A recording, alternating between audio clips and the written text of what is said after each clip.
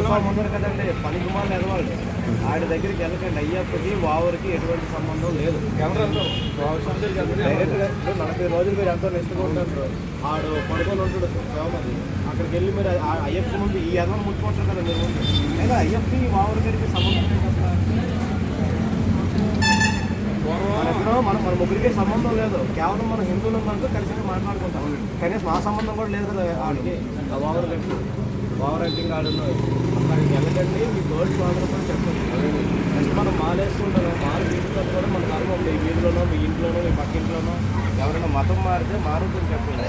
అడు చూడండి, నిరీక్షణ ప్రార్థన గోపురం అంటే మన హిందువుల్ని మతం మార్చి వాడు బతుకుతారు. ఇల్లు బాగుంటే మన ఇల్లు బాగుంటాయి, మనదే బాగుంటుంది. మనం అందరం ఒకటవ్వాలి, ఏకం అవ్వాలి, అందరినీ కలుపుకోవాలి. మనం వెళ్ళి వావరు గారికి డబ్బులు వేసి కొనుక్కుంటాం. వాడు మన ఆడగారికి ఎత్తుకెళ్ళుకున్నది బాగుంటుంది.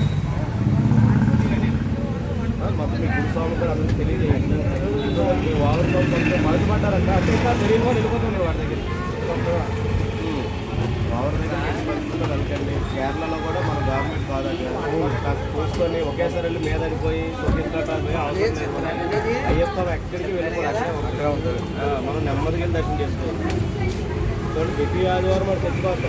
ప్రతి బుధవారం అయ్యప్ప గుడికి వెళ్ళొచ్చు కదా మీరు. వెళ్తాం ఒకసారి అయ్యప్ప మాలేశ్వరికి వెళ్తారు. ప్రతి బుధవారం అయ్యప్ప గుడికి వెళ్తే మనం ప్రతిసారి మాలయ్యని సంవత్సరం కూడా లేదు. అది పాటించండి, తెలియజేయండి. వావర్ గాడి దగ్గరికి అయితే వెళ్ళకండి. మీరు కూడా భవానీ పాలు చేశారు అక్కడ విజయవాడకి అమ్మాయి దగ్గరికి వచ్చేయండి. మధ్యలో సాయిబాబా గారు వావర్ గారు సాయిబాబా గుడి కూడా ఇంటి మధ్యలో వెళ్తారు. తెలుసు కదా సాయి ఆవిడ కసాయి, వాడు అసలు మనకు మంచి కాదు. వినండి.